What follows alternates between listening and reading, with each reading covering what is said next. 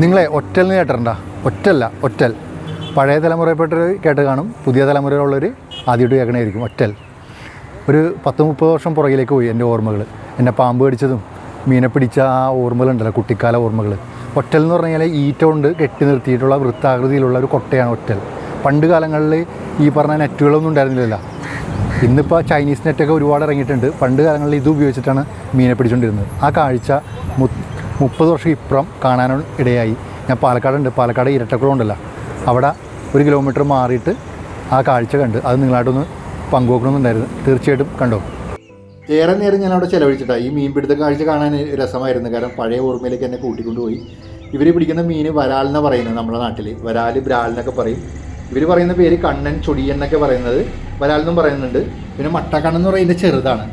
പിന്നെ ഇംഗ്ലീഷിൽ snake head fish എന്നാണ് പറയുന്നത് എനിക്ക് ഒരു ഓർമ്മ. ഏതായാലും നല്ല രസമായിരുന്നു.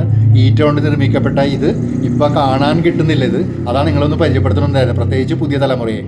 പണ്ടൊക്കെ ഇതൊക്കെ ഉപയോഗിച്ചിട്ടാണ്. വളരെ ശ്രമകരമായിട്ടുള്ളൊരു മീൻപിടുത്ത രീതിയാണ്, ക്ഷമയും വേണം. പക്ഷേ ഇവർക്ക് അത്യാവശ്യം മീനെ കിട്ടിയിട്ടാണ്.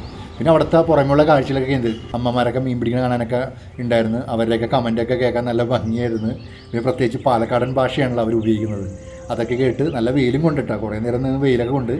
ഏതായാലും രസമായിരുന്നു. പിന്നെ എന്നെ പാമ്പ് അടിച്ചത് 95-ലിട്ടാ. അതിലും പുറകിലേക്ക് പോകണം. ഏകദേശം ഒരു 5ാം ക്ലാസ്സിൽ പഠിക്കുന്ന സമയത്ത് എന്നെ പാമ്പ് അടിച്ചത്. ഇതേപോലെ മീൻ പിടിക്കുന്ന സമയത്താണ് എന്നെ പാമ്പ് അടിച്ചത്. നല്ല ഓർമ്മയാണ്. അപ്പോൾ ഏതായാലും ഇത് നിങ്ങളായിട്ടൊന്ന് പങ്കുവെക്കാൻ പറ്റിയതിൽ അതേ സന്തോഷം. മറ്റു വീഡിയോയുമായി വീണ്ടും വരും. അത് നമസ്കാരം.